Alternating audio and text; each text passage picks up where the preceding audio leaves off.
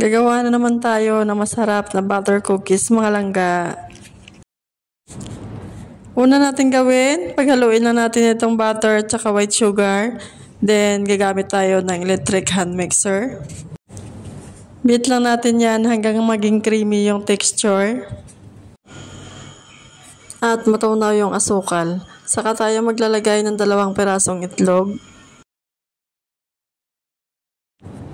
Mix lang natin ulit bago tayo maglagay ng harina at konting asin.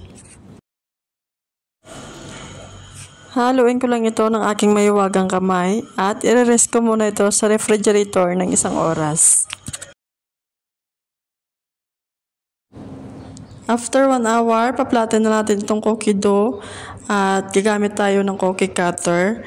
Depende sa inyo kung anong design gusto nyo. Kaso lang si Amo walang cookie cutter kaya gagamit lang ako dito ng maliit na baso.